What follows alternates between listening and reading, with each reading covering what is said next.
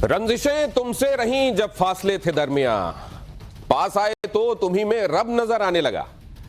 जफर सरेशवाला आज हमारे साथ यहां मौजूद हैं। जफर सरेशवाला असल में उस कौम से ताल्लुक रखते हैं, धार्मिक रूप से उस बिरादरी से ताल्लुक रखते हैं जिसके बारे में अमूमन धारणा यह है कि वो नरेंद्र मोदी में अपना दोस्त नहीं देखती। खुद वो एक जमाने में ऐसा इख्तलाफ लेकर चले, इतना एहतजाज कि उनको धुर विरोधी समझा गया नरेंद्र मोदी का। उन्होंने ब्रिटेन से लेकर अमेरिका तक प्रधानमंत्री आज जो है, तब गुजरात के मुख्यमंत्री थे, उनके खिलाफ आवाज बुलंद की, तमाम प्रदर्शन किए। उस समय के अमेरिकी विदेश मंत्री कॉलिन पावेल को जाकर एक पिटीशन दे आए कि इनको यहां का वीजा नहीं मिलना चाहिए। बाद में वो कानून बना। उन्होंने न जाने कितनी जगहों पर धरना प्रदर्शन, विरोध प्रदर्शन किया। लेकिन जब नरेंद्र मोदी को करीब से उन्होंने जाना तो इतने बड़े प्रशंसक, इतने बड़े समर्थक बन गए कि अब कई बार लगता है कि जिस माइनॉरिटी से वो ताल्लुक रखते हैं उस माइनॉरिटी के अंदर वो खुद माइनॉरिटी हो गए हैं क्या। जफर सरेशवाला हमारे साथ मौजूद हैं, तालियों के साथ उनका स्वागत कीजिए। बहुत स्वागत है जफर सर। और उनके साथ बातचीत के लिए जो लोग मौजूद हैं, उनकी कही हुई बातों पर टिप्पणी के लिए, हस्तक्षेप के लिए जो लोग मौजूद हैं, वो भी कोई कम नहीं। यूसुफ अंसारी वरिष्ठ पत्रकार हमारे साथ आज इस चर्चा का हिस्सा हैं। मसूद हाशमी हमारे साथ जुड़ रहे हैं जो कि इस्लामिक स्कॉलर हैं। रेणु मित्तल जी वरिष्ठ पत्रकार हैं, हमारे साथ इस चर्चा का हिस्सा हैं। और शुभ्रस्ता हमारे साथ जुड़ रही हैं, लेखिका हैं, पॉलिटिकल एनालिस्ट हैं। बहुत स्वागत है आप सभी का। और सबसे पहले तो जफर सरेशवाला साहब, आपसे मैं ये समझना चाहूंगा कि धर्म संकट में ये पहली ऐसी बात जिसके संदर्भ में आपको जवाब देना है। एक बात और कि मुसलमानों के लिए मोदी ने क्या किया है, अगर आपको 1 मिनट के अंदर काउंटर ये चले और आपको बताना हो सबसे बड़ी बातें क्या की हैं, 1 मिनट 60 सेकंड, तो आप क्या बताएंगे? Time starts now. उन्होंने सबसे पहले कहा यार वोट मत दो, चीफ मिनिस्टर तुम्हारा, वो काम तो कराओ मेरे से। उसके बाद हम लेते गए उनके पास, मसले लेकर गए। और मैं बिल्कुल यकीन के साथ कह सकता हूं, मैं आपको 100 मसले गिना सकता हूं। हाँ, हम जाते थे, हो सकता है 10 में से 5 नहीं होते थे, 5 जो नहीं होते थे वो ध्यान में रखते थे, 5 किए उन्होंने। जैसे मसलन, मैं शायद आपको समझा नहीं पाया, ये वाली बात तो मैं सुनूंगा आपकी। अभी मैं 60 सेकंड में ये जानना चाहता हूं कि इतने दिनों तक आपने, दशकों तक जब जान लिया नरेंद्र मोदी को, मुसलमानों के लिए उन्होंने क्या बड़े काम किए हैं जिनको शायद कौम ने रियलाइज नहीं किया। 60 सेकंड में आपसे वो जानना चाहता हूं। एक अहमदाबाद जो आप रिवर फ्रंट जो बहुत दुनिया में मानते हैं ना, रिवर फ्रंट, वो रिवर फ्रंट हुआ क्यों कि यहां पर बाघ आने वाला है और नहर चलेगी। और ये मोदी साहब ने क्या किया, क्योंकि वहां पर 18,000 झोपड़े थे जो हमेशा नदी के किनारे होते हैं ना, बैंक्स पे, वो 18,000 में 13,000 मुसलमानों के झोपड़े थे। अब वो मुसलमानों को बसाना पड़ता था हुकूमतों को, मोदी साहब ने वो सबको बसाया। और जब उन्होंने घर बनवाए ना उनके, वो क्योंकि वो जब तक हटते नहीं है तो आपका रिवर फ्रंट ही नहीं बनता। वो 18,000 घर मुझे खुद दिखाए, मैं जाके देख के आया। बोले कि तुम देखो ये किसी यानी मिडिल क्लास का भी होगा ऐसा घर। उसमें एक मसला ये आया कि यार ये तो हिंदू इलाके में घर हैं, तो बोले अच्छा ठीक है, इनको मुसलमान इलाकों में देते हैं। वो किया। फिर उसके बाद मुझे अभी तक याद है कि अहमदाबाद के अंदर एक शाहपुर इलाका, बियॉन्ड 60 सेकंड्स, मुझे लगता है कि इसको 1 मिनट में समेट पाना बहुत मुश्किल। हमने कराए काम उनसे। आपने काम कराए। सबसे बड़े 5 काम क्या मानते हैं जो उन्होंने मुसलमानों के लिए किए? देखिए, मेरा यह पैमाना है कि हुकूमत है, हुकूमत से अपना ताल्लुक जोड़ो और अपने मसाइल कौन से, वो मसाइल जो सबके हैं। इसलिए हमने मोदी साहब को हमेशा ये कहा था कि आप इसलिए मत करो कि हमारा भाई, हमको है ना जो बोलते हैं ना कि जो इक्वालिटी और जस्टिस वाला है ना, बस वही दो हमको। हमको एक्स्ट्रा कुछ नहीं चाहिए, स्पेशल ट्रीटमेंट मत दो, हमको नहीं चाहिए, तुष्टीकरण नहीं चाहिए, हमको बिल्कुल नहीं चाहिए। जो मेरा हक है वही मुझे दो, और आप देखो कि मेरे साथ नाइंसाफी ना हो, बस। वक्फ में चीजों को रेगुलेट करने के संदर्भ में एक अमेंडमेंट बिल लाया गया जो कि अब एक्ट है, तो इतना लोगों के पेट में दर्द क्यों हुआ? संसद से लेकर आज हम सड़कों तक देख रहे हैं विरोध चल रहा है और लोग सुप्रीम कोर्ट पहुंच गए हैं। 16 तारीख को अब सुनवाई होने वाली है। ये क्यों हो रहा है सर? आपने लोगों को समझाया कि ये बेहतरी के लिए? देखिए, मेरा मसला तो दूसरा है। हमारे अंसारी साहब जानते हैं, मैं तो हमेशा कहता था कि ये तो अब आएगा जब आएगा ना अमेंडमेंट। भाई 75 साल से है वक्फ, और वक्फ यानी क्या है, मैं ये आप लोगों के सामने कहना चाहता हूं कि prophet Muhammad peace be upon him, जब मक्का से जो हिजरत किया आपने, जो माइग्रेशन जिसको कहते हैं, जो सबसे बड़ा इस्लाम का इवेंट है, आपने मदीना पहुंचकर जो सबसे पहले 2 इदारे कायम किए, वो एक था औकाफ वक्फ और दूसरा था बैतुल माल। मतलब कि ये जो वेल्थ हो या जो भी हो, एसेट हो, उसकी जो इनकम आए उससे गरीब, फुकरा, यतीम, विडो, इनको मिलना चाहिए, यह मकसद था। तो आज भी जो वक्फ है, जो भी है भाई, आप कहते हो 7 लाख प्रॉपर्टियां हैं, 8 लाख एकड़ जमीन है ना? तो मेरा यह रोना है कि दो में से एक चीज तो हुई है, या तो इनकॉम्पिटेंट है हम भाई। 7 लाख प्रॉपर्टियां हैं आपके पास, अगर कोई बेवकूफ आदमी भी हो तो वो 7 लाख प्रॉपर्टी का 10,000 रुपए का किराया तो आ सकता है ना एक प्रॉपर्टी का एक महीने में। 8 लाख एकड़ जमीन है या जो भी है, जितनी भी है। और ये मैं नहीं कह रहा, जस्टिस सच्चर ने 2007 के सच्चर कमेटी के रिपोर्ट में लिखा है। उन्होंने कहा है, एक चैप्टर है पूरा, मैं उसी में से कोट करता हूं कि ये औकाफ का जो निजाम है इसमें या तो इनकॉम्पिटेंसी है या इसमें डिसऑनेस्टी है। इसकी इनकम कम से कम 10,000 करोड़ की होनी चाहिए, जिसकी जगह पर 200 करोड़ है। तो मेरा मसला यह है कि ये मेरे सामने तो आप ले आइए कोई मुसलमान यतीम बच्चा जिसको औकाफ से कुछ मिला हो। बावजूद ये क्यों कहा जा रहा है ये तो मोदी ने मुसलमानों को बर्बाद कर दिया, ये तो इंटरनल मैटर्स में छेड़छाड़ कर दी, ये नैरेटिव क्यों चलाया जा रहा है? हाँ, तो उसका मैंने जवाब दिया, ये मेरे सामने बात आई तो मैंने कहा भाई अगर आपको ये लगता है, मैंने आपके उसमें भी कहा था, मैंने कहा आपको लगता है, मेरा उसूल ये है, अगर आपको लगता है कि आपके साथ कुछ नाइंसाफी हो रही है या जो हो रहा है, या आपको लगता है कोई एप्रीहेंशन है, जाके बैठो उसके साथ। जाके बैठो, बात करो। क्या अब मैं इधर जरा इसको खोलता हूं और इधर लेकर जाता हूं यूसुफ अंसारी, क्या ये दीवार लोगों ने जानबूझकर बनाई हुई है क्योंकि उनकी दुकानदारी इस दीवार से चलती है, इसीलिए ये दीवार बनाई गई है? असल में इसी तरह की दीवार को ढहाकर उन्होंने समझा जफर सरेशवाला ने कि नरेंद्र मोदी एक्चुअली क्या है। नहीं, दीवार किन लोगों ने बनाई, आप ये सवाल पूछ रहे हैं ना? तो दीवार तो खुद बीजेपी के लोगों ने बनाई है, बीजेपी ने बनाई है, प्रधानमंत्री ने बनाई है। जफर सरेशवाला ने मोदी जी के खिलाफ लड़ाई लड़ी, इंटरनेशनल कोर्ट में उनके खिलाफ गए, बाद में जो भी रहा उनके समर्थन में 2014 से वो मोदी जी के समर्थन में मुसलमानों के बीच घूम रहे थे।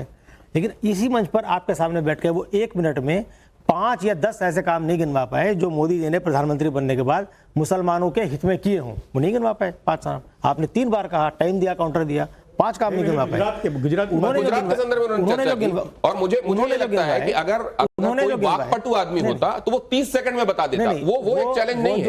आप क्या मानते हैं मोदी ने मुसलमानों के लिए कुछ नहीं किया? वो जो उन्होंने किया ना, उन्होंने स्कॉलरशिप बंद कर दी 2013 में। देखिए बात यहां हो रही है, मोदी ने मुसलमानों को क्या दिया?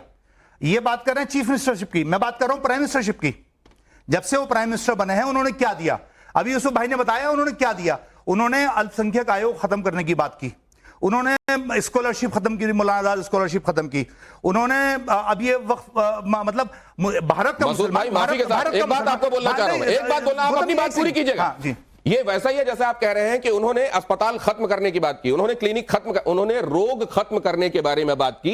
बहुत सारे लोग ऐसे थे जो वो अस्पताल और क्लिनिक चला रहे थे और चाह रहे थे कि बीमारी बनी रहे और लोग यहां आके ट्रीटमेंट कराते रहे। ये आप उनको मतलब एक अच्छी अल्फाज दे रहे हैं, उनकी हिमायत लेना है, ऐसा नहीं है। अच्छा अल्फाज देने का मैंने कोई ठेका नहीं। ऐसा नहीं, ऐसा एक सेकंड, जफर सुरेशवाला 2003 से दोस्त हैं मोदी के। मैं जो बात मैं कहना चाह रहा हूं, जो मेरा दर्द है, जफर सुरेशवाला 2003 से मोदी के दोस्त हैं।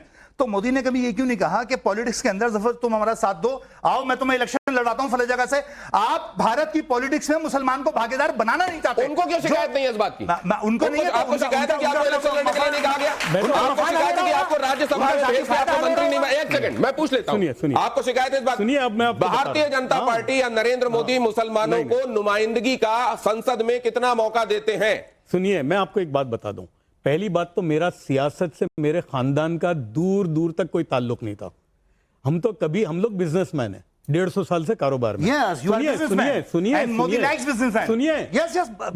कारोबार आपका पॉइंट क्लियर हो गया। नहीं यूं नहीं, अरे भाई बिजनेसमैन जितने भी हैं वो चाहे किसी भी धर्म के हो, किसी भी जाति के हो, जब वो मोदी के पास पहुंचेंगे तो वो इसी तरह की लैंग्वेज बोलेंगे जिस तरह की लैंग्वेज आप बोलना है। नहीं, जो मुझे कह रहे हो यस यू आर बिजनेसमैन। अरे सियासत वाला बिजनेसमैन है तो मैं मुझे सियासत में जानने का 1 मिनट मैंने पहले ही दिन बोल दिया था मोदी साहब को कि मुझे आपकी सियासत से कोई लेना देना नहीं है, बिल्कुल नहीं है। मैं क्यों जाऊं भाई राज्यसभा में? तो आपका समर्थन कर रहा हूं, लेकिन मुझे आप क्यों डालते हो? मेरा तो है ही नहीं। अब सुनिए, क्या भारत की राजनीति में मुसलमानों का सियासत में एक्टिवली सियासत में पार्टिसिपेशन होना चाहिए या नहीं? उधर घूम रहे हैं। मैं आपसे पूछ रहा हूं, नहीं 1 मिनट मैं आपसे पूछ रहा हूं, एक बात का जवाब सुनो। मैं आपसे पूछ रहा हूं, आपने मुझ पर जो इल्जाम लगाया ना, अब मैं उसका जवाब देता हूं। इल्जाम नहीं लगाया आपने, नहीं, मैंने आपसे सिंपैथी जाहिर की। बिजनेसमैन हो, अरे भाई कारोबारी हैं हम।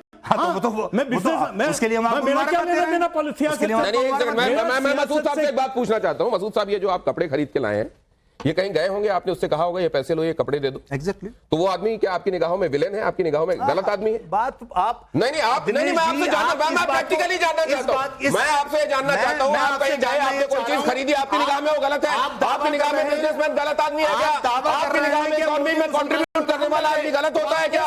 तिजारत करने, आप लोग बताइए, तिजारत करने वाला, व्यवसाय करने वाला कोई आदमी अपना कारोबार कर रहा है, क्या वो गलत आदमी, उससे संबंध नहीं रखना चाहिए क्या? तो फिर आप ये क्या कह रहे हैं सर? मैं आपसे देखिए दिनेश जी, यार भाई कारोबार करना हराम है। कह रहा है कि प्रधानमंत्री क्या नरेंद्र मोदी बार-बार जीत कर आ रहे हैं इसलिए क्योंकि केवल उनको बिजनेस कम्युनिटी वोट दे रही है, क्या बात कर रहे हैं सर? अरे भाई एक मिनट, कारोबार करना हराम है? अरे भाई हराम कर रहे हैं, बोलिए। जो कारोबार ना करने वाले वो हराम काम कर रहे हैं। अरे भाई जो हराम काम कर रहे हैं वो हराम काम कर रहे हैं। कारोबार की तो इस्लाम इजाजत दे रहा है, पूरा हुक्म दे रहा है। मोदी से मिलकर मुसलमानों का मसला को दूसरी मैं जगह बताता हूं, गलत कीजिए। सर आप इस बात को दूसरी जगह लेने की कोशिश मत कीजिए।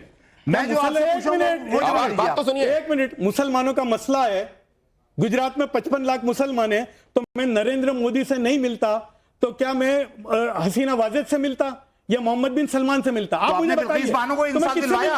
आपने जकिया जाफरी को इंसाफ दिलवाया? आप जकिया जाफरी, आप एहसान जाफरी को जलाकर मार दिया गया। आप जकिया जाफरी, आप क्या जानते हो जकिया जाफरी जला के मार दिया गया? अरे मेरी तो उसको इंसाफ मेरा तो दिलवा घर जल गया था। आप कह रहे हैं मैंने बहुत कुछ किया गुजरात के लिए और गुजरात के मुसलमानों के लिए। जकिया कुछ किया तो अपने कारोबार के लिए किया होगा, अपनी इंडस्ट्री को बचाने के लिए। सबसे पहले आपको मालूम है कितने लोग मारे गए? उसको बचाने के लिए किया। आपको है ना, हमारे लिए हमदर्दी नहीं है। आप सिर्फ जकिया जाफरी को अपनी दुकान चलाते हो। आप जैसे अरे तो मसूद भाई आप कर लेते, मुसीबत पे आप जाके कर देते लोगों का भला और कल्याण। अपनी दुकान चला। मैं रेणु मित्तल जी के पास जाना हूं। रेणु मित्तल जी, ये यूसुफ भाई, एक मिनट मुझे बोलना है। आप जैसे लोगों ने मुसलमानों की मुसीबत पे अपनी दुकानें चलाई है, जकिया जाफरी जैसे लोगों ने दुकानें चलाई है। बिल्कुल आप अपनी दुकानें मुसलमानों की मुसीबत पे चलाते हो। फख्र है। बिल्कुल, कोई बात नहीं, कोई बात ये नहीं। दुकान चलाते हो। आप लोग तो यही बोलेंगे ना के लिए आए एक बार, जो कोई भी इंसाफ के बारे में आप यही बोलेंगे और हमें इस बात में कोई आप जरा अपनी आवाज देता हूं, आपने अपनी बात कही। जुबानी जमा खर्च, आप एक दिन आए अहमदाबाद, अरे तो जाफरी के नाम पे दुकान चलाओगे अपनी? अगर शांति हो जाए तो कुछ हाँ शांति हो गई। मैं कह रही हूँ कि politics is a matter of perception. एक परसेप्शन बना हुआ है 2014 से कि नरेंद्र मोदी जी ने हिंदू मुस्लिम करके अपना राज बढ़ाया, उसके अलावा कोई फोकस नहीं, इकोनॉमी पे कोई डिस्कशन नहीं, अनएम्प्लॉयमेंट में नहीं, किसी इशू पे नहीं। हिंदू मुस्लिम करते रहो, वोट लेते रहो, और मुसलमानों के अंदर जो डर बैठाया, आपने क्या किया उस डर को निकालने के लिए? जितने भी मुसलमान बीजेपी में हैं वो आज शो बॉयज की तरह नजर आते हैं कि ये मोदी जी की चमचागिरी करते हैं। मोदी जी उनको कुछ थोड़ा बहुत दे देते हैं, कोई स्पोक्समैन बना दिया। अब एक अपने आरिफ भाई हैं, उनको जवाब ले ले। एक मिनट, मैं लेट मी, ये काफी देर से लोग बोल रहे हैं। मेरा मान देखिए, वो कोई कंपटीशन नहीं, कौन कितनी देर से। आपका अगर सवाल हो गया है तो मैं उनका जवाब दे नहीं, अभी सवाल नहीं हुआ। मेरा ये मानना है कि जो वक्फ में भी जो हुआ, एक तो इन्होंने हिंदू मुस्लिम में पोलराइजेशन किया जबरदस्त, जो घर आप बहुत सारे सवाल एक साथ पूछेंगे ना तो आपका सवाल खो जाएगा। मैम आपने एक बड़ी बात कही, आपने कहा हिंदू मुसलमान किया है मोदी ने, perception is the new reality, और आपने एक बात और कही, आपने डर निकालने के लिए क्या कहा है, क्या जवाब ले लें इसका? एक सेंटेंस बोलती हूँ, गरीब मुसलमान और रईस मुसलमान में जो उन्होंने पोलराइजेशन और डिवाइड किया, ये सबसे बड़ा मकसद था वक्फ का। वक्फ का ये नहीं था कि प्रॉपर्टीज को बचा लो, ये कर लो, वो कर लो। तो मैम जवाब तो ले लीजिए। ठीक है, आपने कह दिया, आपने एक स्टेटमेंट भी दे दिया और आपने सवाल भी पूछा। पहली बात तो मैं बीजेपी का स्पोक्स पर्सन नहीं हूं, फॉर योर इन्फॉर्मेशन। मेरा बीजेपी से दूर दूर तक कोई ताल्लुक नहीं है। मैंने अपनी जिंदगी में ना बीजेपी का दफ्तर गुजरात में देखा है, ना मैं यहां देखा है। मेरा यह है कि इनकी हुकूमत है, अगर इनसे बात नहीं करोगे तो किससे करोगे? आज भी मैं यही कहूं, प्राइम मिनिस्टर मोदी है, अच्छा लगे नहीं लगे व्हाटएवर, आप मुझे बताइए कि मोदी से आप नहीं बात करोगे तो शहबाज शरीफ से बात करोगे या मोहम्मद यूनुस से बात करोगे? मुसलमानों का बात तो करनी पड़ेगी ना। बात करने से क्या निकला? अरे बात करनी तो पड़ेगी ना। जो डर था वो क्या जो कर रहे हैं, एक मिनट, आप ये कहना चाहते हैं जो कर रहे हैं वो भी गलत कर रहे हैं, उनको नहीं करना चाहिए। मुसलमान मटन लेके जाता है, लोग चढ़ जाते हैं। नहीं, ये बात मुसलमानों के दिल में क्या डर है? मोदी का डर है जैसा इन्होंने कहा? नहीं है डर, बिल्कुल डर नहीं है मुसलमान को किसी का भी। और एक मिनट, मैं ये सवाल पूछता हूं कि क्या जो लोग अगर उनके तक जाकर अपनी बात को पहुंचाते हैं कौम की, तो वो भी गुनाह करते हैं? वो भी बंद कर देना चाहिए? बात नहीं, पहुंचाइए, मैं आपको ये पूछ उसका रहा हूं रिजल्ट कि क्या है? हमको वो भी बंद कर देना चाहिए? बिल्कुल नहीं बंद करना चाहिए। तो ठीक है, आप- ये तो नहीं, उन्होंने ये एक बात अच्छा है। बहुत स्पष्ट कर दी कि मैं प्रवक्ता नहीं हूं भारतीय जनता पार्टी का, लेकिन आप बीजेपी उस का समय कुछ के भी नहीं हूं। हुक्मरान से बात नहीं करेंगे तो क्या करेंगे? शुभ्रस्ता, अभी आपने तमाम तरह की चीजें सुन ली और इसमें जिस पॉइंट को लेकर मैं आपके पास आ रहा हूं कि परसेप्शन से बड़ी रियलिटी कोई नहीं होता। हो सकता है मोदी के तौर पर मुसलमानों का सच्चा हितैषी ही बैठा हुआ है कुर्सी पर, लेकिन मुसलमानों में से ज्यादातर के अंदर यह धारणा नहीं है। उनके अंदर धारणा यह है कि यह आदमी तो हमारा भला नहीं करेगा। क्या यह कहना चाह रही है रेणु मित्तल? देखिए, मैं दो तीन राइडर्स दूंगी शुरू में, उसके बाद में अपनी बात रखती हूँ। पहला राइडर यह है कि ये जो पैनल आपने बिठाया उसमें मैं अलहदा विचार रखती हूँ। दूसरी चीज ये है कि मैं जो भी कुछ कहूंगी मैं हिंदू मुस्लिम के फ्रेम से बाहर थोड़ा व्यापक रूप में उसको कहना चाहूंगी, क्योंकि मुझे इस फ्रेमिंग से दिक्कत है कि मुसलमानों के लिए मोदी ने क्या किया। अगर एक सेक्युलर संविधान की हम बात करते हैं और हम सेक्युलरिज्म के को लागू करने के लिए सड़कों पर शाहीन बाग जैसा मूवमेंट चलाते हैं, तो ये प्रश्न पूछना, क्योंकि मैं जानती हूं कि इसके प्रश्न पूछने का कॉन्टेक्स्ट क्या है दिनेश जी, ये प्रश्न पूछना भी उस पूरे डिबेट को हवा देना है जिसकी एक झांकी हमने देखी। देखिए, डिबेट को या नैरेटिव को? नैरेटिव हाँ। को जी, मतलब हाँ, डिबेट समझ का गया, मैं ठीक उसको है, लार्जर आगे। पर्सपेक्टिव में कह रही हूं। देखिए, मेरा जो काम प्रोफेशनली रहा है वो स्ट्रेटेजिक और पॉलिटिकल कम्युनिकेशन का रहा है। तो मैं जब लोग बात करते हैं परसेप्शन की कि perception is everything, it is not everything. Perception उनके लिए एवरीथिंग होता है जो इस गेम में है, जिनके लिए परसेप्शन एक बिजनेस है। अब ये किसके लिए, मैं इसको क्वालिफाई नहीं करूंगी। इसलिए नहीं करूंगी क्योंकि जब देश एक संवैधानिक तरीके से, लोकतांत्रिक तरीके से अपना एक नेता चुन लेता है, तो उस प्रक्रिया में बहुत सारी चीजें निहित होती हैं, जिसमें बहुत सारे सवाल उठे, जैसे मुसलमानों को रिप्रेजेंटेशन क्यों नहीं मिलना चाहिए, ये बात मसूद साहब ने उठाई। मेरा कहना है इसके लिए मुसलमान किससे पूछ रहे हैं? महिलाओं को रिप्रेजेंटेशन नहीं मिलना चाहिए, मैं क्यों पूछूंगी किसी से? मुझे अगर अपनी आवाज चाहिए तो मैं अपनी आवाज बुलंद करूंगी। शाहीन बाग के समय लोगों ने बुलंद की आवाज, कभी आप फार्मर्स प्रोटेस्ट में बुलंद की आवाज। कुछ अमेंडमेंट्स वापस होते हैं, कुछ अमेंडमेंट लिए जाते हैं। अगर एक अमेंडमेंट वापस लिया जाता है तो लोकतंत्र की जीत है, और अगर एक अमेंडमेंट पास हो जाता है तो लोकतंत्र कमजोर है। किस तरीके का तर्क है ये? और बार बार जब बात आती है कि भाई धर्म पे हमला है या मुसलमान डरे हुए हैं, मुझे तो नहीं लगता कि इस देश का कोई भी मुसलमान डरा हुआ है। आज मसूद साहब यहाँ आए, मुझे नहीं लगता है कि इनको लग रहा होगा कि मुझको लगता है सबसे ज्यादा जो निष्फिक्र निर्भीक मुसलमान है वो पाकिस्तान में ही रहता है। नहीं ऐसा नहीं है। इंडिया में रहता है। नहीं आपका यही नैरेटिव है, आपका यही नैरेटिव है। इंडिया में लेकिन आप आसपास थोड़ा निगाह दौड़ा लीजिए तो मुझको लगता है कि आपको सच्चाई पता चल जाएगी। ये तो बहुत ही जरा इनको भी सुन लीजिए, अब इनको सुन लीजिए।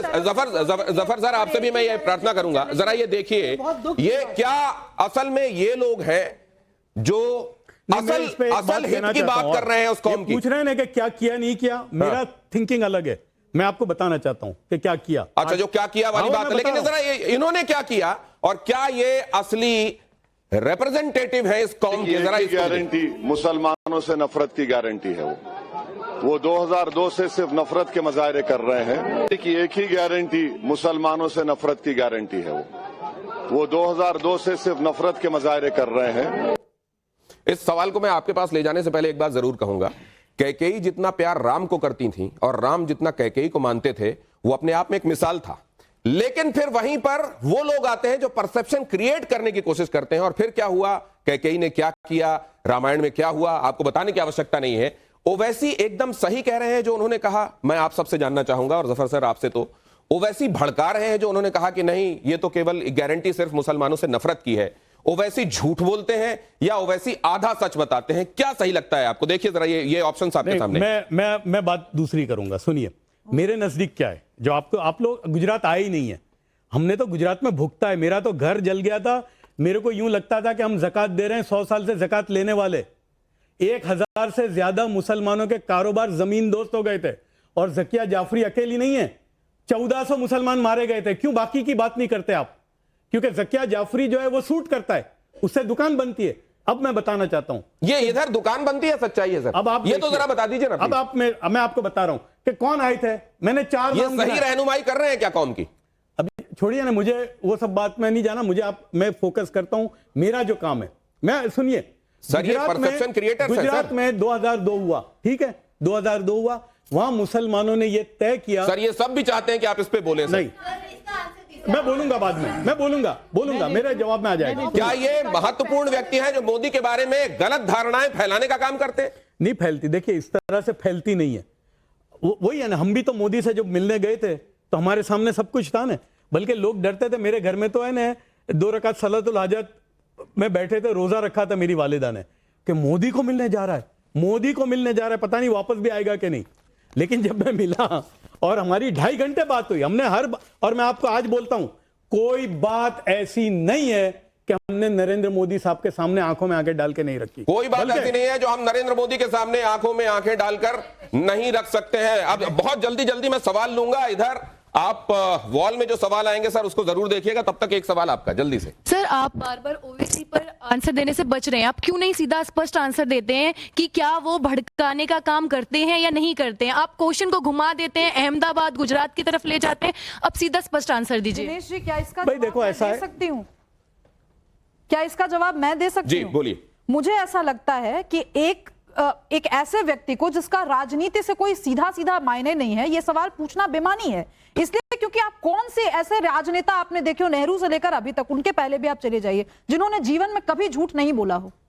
आप नहीं जीत सकते चुनाव, अपनी कॉन्स्टिट्यूएंसी को नहीं अगर नेता हैं आप तो आपको झूठ बोलना पड़ेगा। तो वैसे यहां क्या कर रहे हैं जरा वो भी देखिए, यहां झूठ बोल रहे हैं साहब को, ये यहां दिखाइए जरा, प्ले कीजिए बहुत जल्दी से। आप मुस्लिम समाज में जो बेकार किस्म के लोग हैं उनको एक रास्ता बना रहे हैं, एग्जिट दिखा रहे हैं कि तुम्हें वक्त से बचना है तो तुम्हें ट्रस्ट बना लो। क्या ये भी असल में ये नेतागिरी चल रही है जिसमें झूठ की चाशनी कई बार होती है? मैं बहुत स्पष्ट हूं वक्फ के मामले में। जो बात जफर जी ने शुरू की वहीं से मैं एक बात शुरू करूंगी। अकाउंटेबिलिटी का सवाल जब आता है, जवाबदेही की जब बात आती है, तो फिर मुसलमानों के अंदर डर का माहौल क्यों पैदा कर दिया जाता है? सिंपल सी बात है ना, आप दिखाइए ना। नहीं, एक सेकंड, बात कंप्लीट करने दीजिए। आपको कॉर्पोरेट इंडिया से नफरत हो सकती है, एक पूरी जमात को कॉर्पोरेट इंडिया से नफरत है। क्या आप ऐसे 100 मुसलमान खड़े कर सकते हैं जिनको वक्फ ने पढ़ा लिखा कर बिल्कुल अर्श से फर्श तक पहुंचाया हो?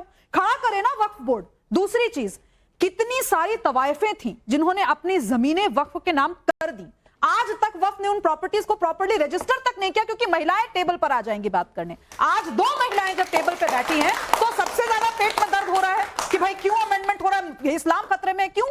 वजीरन भाई से ज्यादा इस्लाम बचाएंगे आप? जैसे ये महेश भट्ट थे हमारे रूहां, इंग्लैंड में लॉर्ड आदम पटेल थे।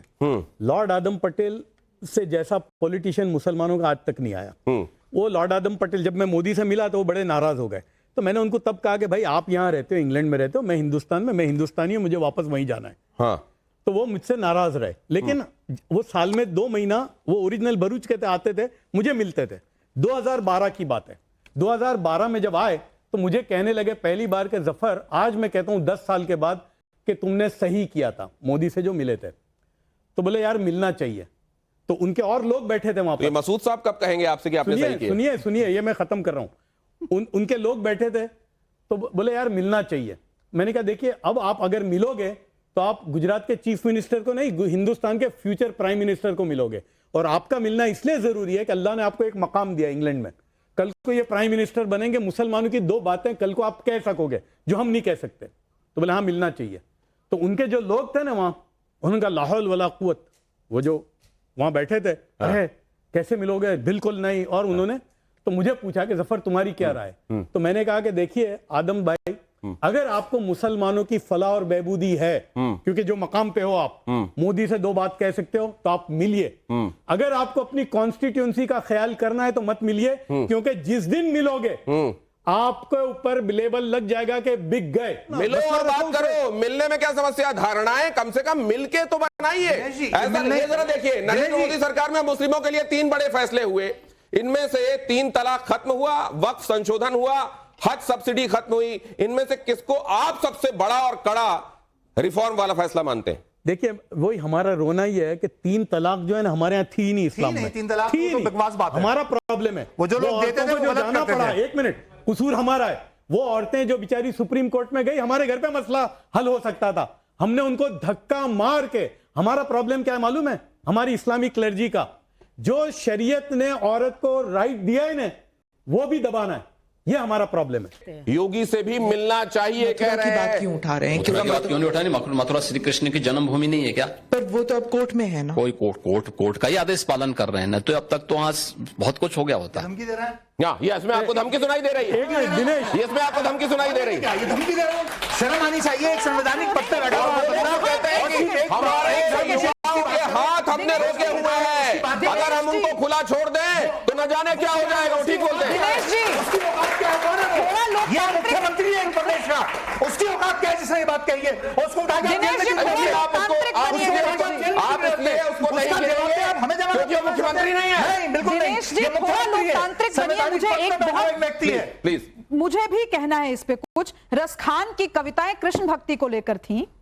आज तक अगर अभी मुसलमानों में पोलराइजेशन की बात आई ना, मुझे बताइए ना कि उस तरफ के मुसलमानों ने रसखान की कविताओं की बात क्यों नहीं की? कमाल क्या वो साझी अरे भाई, हमने परंपरा की। नहीं है? आप भारत के पूरी दुनिया के अंदर 3 लाख बिलियन हिंदू वोटरों से पूछा गया कि आपको जिंदगी में सबसे ज्यादा भजन 10 कौन से पसंद है? वो बताइए। वो 10 के 10 भजन जो आए, जो 3 लाख वो हिंदुओं ने बताए, वो 10 के 10 भजन मुसलमानों के लिखे हुए थे, म्यूजिक मुसलमानों का था, गाए हुए मुसलमानों के थे और फिल्माए हुए मुसलमानों के थे। इससे ज्यादा तो सर क्या इस देश ने मुसलमानों को सिर आंखों पर नहीं रखा तो है? मैं ये जो बात अब यहाँ उठ रही है मुसलमानों वाली, मैं वही तो कह रहा हूँ। रसखान ने मेरी बात तो पूरी हो जाने दीजिए। ये गलत बात है। मैं बात पूरी क्यों नहीं कर पाती हूँ? ये वही चीज है, इसी वजह से मोदी जैसे रिफॉर्मर्स को आकर के चीजें आगे बढ़ानी पड़ती हैं। आप लोग सुनते, हाँ, आपको आप हंस सकते हैं, आप भी नहीं है वो। आप व्यंग कीजिए, आप हंसिए। इस देश की जनता इन्हीं देखिए, व्यंग्यों मैं का एक बात जवाब ही बोलूं कोर्ट से भाई देगा। दिनेश, फिर आपको दिक्कत होगी। मैं एक बात बोलूं, मुसलमानों को क्या राय इख्तियार करनी नहीं, चाहिए? वक्फ पे तो सुनिए। अमेंडमेंट अच्छा, कांग्रेस एक ने है ना, 3 तलाक। ये जो आप अपनी बात कह रही हैं सुब्रता, इसको दिल में रखिए। मैं लेके आता हूं आपको। मुझे बोलने दीजिए इस मुद्दे पर, क्योंकि महिला नहीं, मुझे बताइए तवायफों की परंपरा, तवायफों की परंपरा में बेचारे हिंदुओं की क्यों नहीं सुनते? हिंदू सम्राट मोदी जी हिंदुओं के बारे में क्यों नहीं सोचते? सिर्फ मुसलमानों की परवाह क्यों है उनको? 20 करोड़ मुसलमानों की परवाह है। मैं मुसलमानों के संदर्भ में बात करना चाहता हूं कि देखिए, मुसलमानों को अपने जो है ना प्रायोरिटी को बदलने की जरूरत है। इस मुल्क में 70 साल हमने बेवकूफ़ी की। हमको तालीम से किसने रोका? क्या आरएसएस वीएचपी ने हमारी कनपट्टी पे बंदूक रखी थी कि हम तालीम हासिल ना करें, हम नीट के एग्जाम में ना बैठें, हम जेई के एग्जाम में ना बैठें? तो मैं समझता हूं, क्या बात कर रही है रेणु जी? वक्फ क्या कर रहा था? नहीं दिया। वक्फ उतनी प्रॉपर्टीज पे अपॉर्चुनिटी क्यों नहीं क्रिएट कर पाया? क्यों? कुछ आपने कहा गरीब और अमीर मुसलमानों के बीच में, अमीर और गरीब मुसलमानों के बीच के फर्क की बात की गई। बहुत दर्द होता है अमीरों को, बहुत दर्द होता है इस देश के सभी अमीरों को, वो हिंदू हो या मुसलमान हो, कि अमीरों और गरीबों के बीच की खाई की बात मत करो। क्यों नहीं करे कोई बात? नहीं, अब जरा जब हम ओवैसी की बात करते हैं तो ममता बनर्जी के पश्चिम बंगाल की बात भी हो जाना चाहिए। सुब्रता, यूसुफ भाई, और ये होगा। अच्छा, एक मिनट, इधर देखिए जरा, ये मुर्शिदाबाद है। सुनिए जरा, नारे जो लग रहे हैं वो सुन लीजिए। रेणु जी सुनिए, संविधान को नहीं मानते और न मानेंगे, नहीं मानेंगे, नहीं मानेंगे, संविधान को नहीं मानेंगे। ये जो तरीका है, आप अपने संविधान को जिसकी कॉपी लेकर आप खड़े रहते हैं, उसकी वोट में आप छिपते हैं, उसी को आप कह रहे हैं कि आप नहीं मानेंगे। असल में आप संविधान को मानते हैं कि नहीं मानते हैं, ये बड़ा सवाल है। और ऐसे लोगों से जब जाके पूछा जाता है तो वो कहते हैं कि आप हमसे देशभक्ति का, हमको देशभक्ति का सर्टिफिकेट देंगे। अभी मैं बॉम्बे में बैठा था, उसमें बहुत सारे मुसलमान वरिष्ठ थे और ये चल रहा था ना अभी जो हो रहा है, जैसे संभल हुआ था, ये आपका नागपुर हुआ, उसके पहले मध्य प्रदेश का। तो मैंने वहाँ कहा कि मैंने कहा देखिए, अगर कुछ करना है तो मैंने कहा ये एजिटेशन और इससे कुछ नहीं होगा। इसलिए आप जितना भी अगर डेमोक्रेटिक भी करोगे, 10-5 ऐसे अंदर आ जाएंगे, मुसीबत आप पर आएगी। तो क्या करना चाहिए? मैंने कहा या तो सरकार से डायरेक्ट बात करें या कोर्ट का रास्ता इख्तियार करें। ये एजिटेशन में ऐसा ही होता है। तो ये दोनों हो रहा है। उधर तो सुप्रीम कोर्ट भी गए हुए हैं, उधर ये भी चल रहा है। तो ये क्यों हो रहा है? देखिए, मौलाना दबाव डालने के लिए, मौलाना अरशद मदनी पे दबाव डालने के लिए नहीं आ सकता कोर्ट पे। आपको लगता है कि कोर्ट पे दबाव आ सकता है? बिल्कुल नहीं आ सकता। कोर्ट तो चलती है। आप वो कह रहे हैं प्रोटेस्ट करना तो हक है। हाँ, मैं कह रहा हूं, लेकिन क्या सुनिए ना, उनकी बात भी तो सुनिए, उनकी बात भी तो सुनिए। सर बात तो सुन लीजिए प्लीज, आप कहिएगा अपनी बात एक बार मेरी सुन लीजिए।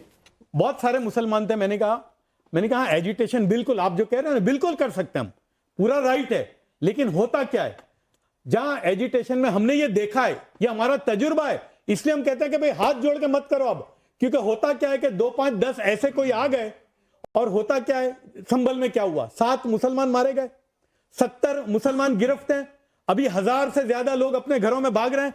नागपुर में आपने जुलूस निकाला, क्या हुआ? किसकी जुलूस सरकार है? में तो सुनिए, भाई, इसाई भाई, भाई, एक मिनट, नागपुर में जुलूस नहीं होगा ये इससे। फिर यही आप यही जब होता है, प्रोटेस्ट करने विचलित जाएंगे, होता हो सकता है आप शांतिपूर्ण ये तरीके से गलत करना बात चाह रहे हो, लेकिन अगर कोई शरारती व्यक्ति है जो कि मैं अक्सर वही देखने को शरारत मिलता के है, अंदर वो आ जाए। हाईजैक कर लेगा, इसलिए हमारा समझ कीजिए, कह रहे हैं जफर सलेस वाला। जफर सर, अभी दिनेश बात जी, हुई मैं याद दिलाना पढ़े चाहती लिखे हूँ। लोगों की, वो ब्रीड बनाने की, वो अगली पौध बनाने की बात हुई। ये क्या, ये इस संदर्भ में आप क्या मानते हैं? हाँ, तो मेरे देश को कठमुल्लापन की तरफ ले जाना चाहते हैं, ये नहीं चल सकता। योगी आदित्यनाथ ने ये बात कही, मदरसे के संदर्भ में बात हुई, देवभूमि का मूल स्वरूप बचाना जरूरी है, अवैध मदरसों पर कार्रवाई जारी रहेगी। मदरसों पर कार्रवाई को लेकर बड़ी हाय तौबा है, इस पर भी आप देखिए, मेरा तो मदरसों से, मेरे खानदान का कम से कम 100 साल से ताल्लुक है। अब जो है ना मदरसे, हमने मदरसों में बहुत काम किया है। अब एक जो बार है आप ये देख लेंगे प्लीज, आपको क्या लगता है, क्या ये खत्म होने चाहिए? सरकारी फंडिंग बंद होनी चाहिए मदरसों की, या मदरसों को मजबूत करें? नहीं, सुनिए, मदरसे से बेहतर हिंदुस्तान में कोई एनजीओ नहीं है। आप देख, मदरसे में कौन से बच्चे पढ़ते हैं?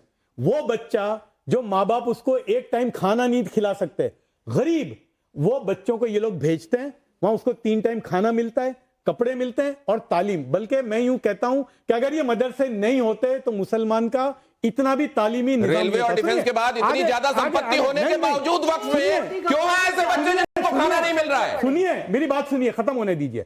तो अब हमने क्या किया है कि मदरसे तो हैं, बिल्डिंग है, क्लासरूम है, बच्चे हैं, ऐड कर दो ना आप। हमने ये किया, हमने वहां पर वर्चुअल क्लासरूम इन मदरसा शुरू की, इसलिए मैंने सिर्फ आवाज नहीं करता, करके बोलता हूं। ये प्रधानमंत्री नरेंद्र मोदी के एक पॉडकास्ट के दौरान कही हुई बात है, जरा वो सुन लीजिए, उसके बाद जफर जी के पास चलते हैं। दूसरा जो कहते हैं ये बहुत बड़े राइट वगैरह, तो ये भ्रम फैलाया गया है। अगर 2002 के पहले का डेटा देखें तो पता चलता है कि गुजरात में कितने दंगे होते थे। दूसरा जो कहते हैं ये बहुत बड़े राइट वगैरह, तो ये भ्रम फैलाया गया है। अगर 2002 के पहले का डेटा ये बात जफर सरेश वाला भी कह चुके हैं कि कई बार वहां पर दंगे इसके पहले भी हुए, लेकिन 2002 के बाद वहां कभी ऐसा नहीं हुआ। इस बात का क्रेडिट मोदी को क्यों नहीं देते मुसलमान? ये जरा देखिए, क्या गोधरा दंगा पर पीएम मोदी के पहले 200 दंगे वाले बयान से आप सहमत हैं? हाँ, मोदी सही कह रहे हैं, मोदी आधा सच बता रहे हैं, जवाब देना धर्म संकट में फंस जाने वाला। ये तो पत्थर पे लकीर है ना, जो फसाद हुए वो जबरदस्त हुए, यानी मुसलमान का यानी बिल्कुल जमीन पे लेट गया था। हाँ। मैं आपको 69 का राइट बताया, 5000 मुसलमान तो सिर्फ अहमदाबाद शहर में मारे गए थे। ये राधा मोहन अग्रवाल भी कुछ कह रहे हैं, देखिए संसद में क्या कहा उन्होंने, वो आपके लिए मैं प्ले करता हूं। लेकिन ये जो आपने बात कही है, ये बहुत इंपॉर्टेंट बात है। उसके बाद ऐसा नहीं होना, ये जो 55 लाख आप तादाद कहते हैं, वो क्या ज्यादातर लोग, आप जैसे लोग जो हैं, जो इस बात को मानते हैं, ये माइनॉरिटी में है या ज्यादातर मुसलमान ये मानता है कि हाँ उसके बाद इस तरह की स्थिति नहीं बनी, अब चीजें पीसफुल है? ये मानते हैं। जनधन योजना लेकर के आए, 42% लाभार्थी मुस्लिम थे। हम प्रधानमंत्री आवास योजना लेकर के आए, 31% लाभार्थी मुस्लिम थे। हम उज्ज्वला योजना लेकर के आए, 37% लाभार्थी मुस्लिम थे। हम मुद्रा योजना लेकर के आए, 36% लाभार्थी मुस्लिम थे। हम स्किल इंडिया लेकर के आए, 22.7% लाभार्थी मुस्लिम थे। हमने प्रधानमंत्री एम्प्लॉयमेंट गारंटी प्रोग्राम चलाया, अध्यक्ष महोदय 70% अधिक मुसलमानों ने उस योजना का इस देश में लाभ लिया। इसके बावजूद जो देश में रहता है वो लाभ तो लेगा ही, जो फैसिलिटीज है। सर बताए ना, वैक्सीन से कितने लोगों की मौत हो रही है? गैर सरकारी कितने लोग उससे ज्ञान में सर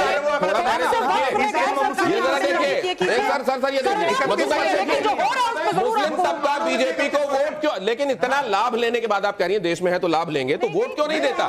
बीजेपी मुसलमान विरोधी है, हिंदू राष्ट्र का डर है, मौलानाओं का फतवा है, आपके हिसाब से क्या है सर? देखिए, वो तो नरेंद्र मोदी साहब ने 2003 में हम जब मिले ने, तो पहले कहा यार वोट मत दो, ठीक है काम तो करवाओ, लेकिन मैं यहाँ एक और बात कहना चाहता हूँ। देखिए एक मिनट, अब आपने वोट कंसोलिडेट हो जाए मुसलमानों को दबा के रखने से, मेरे लिए और उनको डरा के उनको ऐसा कर दो कि हिंदुस्तान हर समय देश बदल चुका है। तो फायदा इस जनरेशन से बात कीजिए, इस जनरेशन के आपको फर्क करना है ना, तो इस जनरेशन के कराने का तरीका क्या होता है? एक बार जफर अपनी बात कह लें, आप लोग टिप्पणी कीजिए, आप अपनी बात कहिए। एक मिनट, देश बदल चुका है, सुनिए, ये देश 2002 का देश नहीं है। मत बदलने दीजिए, आप तो चाहते हैं कि चीजें चल रहे हैं, आप तो बिल्कुल चाहते हैं कि बदलाव नहीं हो, उसी तरह आप तो चाहते हैं कि कुछ लोगों के हाथ में ही हुकूमत रहेंगे, आप नहीं बदलना तो चाहते हैं, गारंटी लेते हैं आपसे। बदलना किसी को कहते हैं कि बदलने नहीं देंगे, कौन होता बदलना है? नहीं देंगे। एक मिनट सर, देखिए जरा, कौन होता है? इनमें से कौन है जिन्हें, सर इनमें से कौन है जिन्हें मुस्लिम मसाइल की पूरी समझ है? मौलाना मदनी, असदुद्दीन ओवैसी, तौकीर रजा या सैयद अहमद बुखारी? नहीं, मौलाना मदनी। मौलाना मदनी को पूरी समझ है। हाँ, वो इस्लामिक स्कॉलर हैं बाय एनी यार्डस्टिक, यानी उलमा में, इस्लामिक स्कॉलर में मौलाना मदनी का पहला नाम, पहला सवाल जिसमें कोई एम्बिग्विटी नहीं है, सीधे नाम ले रहे हैं। वो कह रहे हैं कि मौलाना मदनी ऐसे हैं जिन्हें इस्लामिक मामलों की पूरी जानकारी है, तो अभी वक्फ को लेकर भी वो बहुत कुछ कह रहे हैं। हाँ, तो सही कह रहे हैं? नहीं, उन्होंने क्या कहा है सुनिए, उन्होंने ये कहा है मौलाना मदनी ने कि जो भी प्रॉब्लम है बिल्कुल हम सुप्रीम कोर्ट में जाएंगे, एहतजाज करने की जरूरत नहीं है। धार्मिक स्थलों को लेकर आ रहा हूं, धार्मिक स्थलों को लेकर विवाद का हल क्या है सर?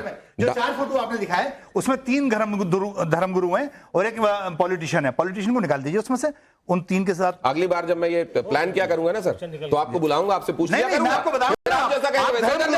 धार्मिक स्थलों को लेकर विवाद का हल, धार्मिक स्थलों को लेकर विवाद का हल आपसी बातचीत से निकलेगा, सर्वे से निकलेगा, कोर्ट से निकलेगा, ये कभी नहीं आएगा, क्योंकि इस पर राजनीति चलती रहेगी। जफर भाई, नहीं, मेरा तो यही है कि भाई आपस में बैठ के, हो सकता है मेरी स्टेटेड पोजीशन पे फैसला नहीं होगा, कुछ गिव एंड टेक होगा। आज मैं समझता हूं आपस में बैठ के या कोर्ट। फिलहाल आपका सबका धन्यवाद करना पड़ेगा, समय इतना ही है। धर्म संकट में आज के लिए इतना ही। बहुत बहुत धन्यवाद आप सभी का यहां पहुंचने के लिए। Thank you so much.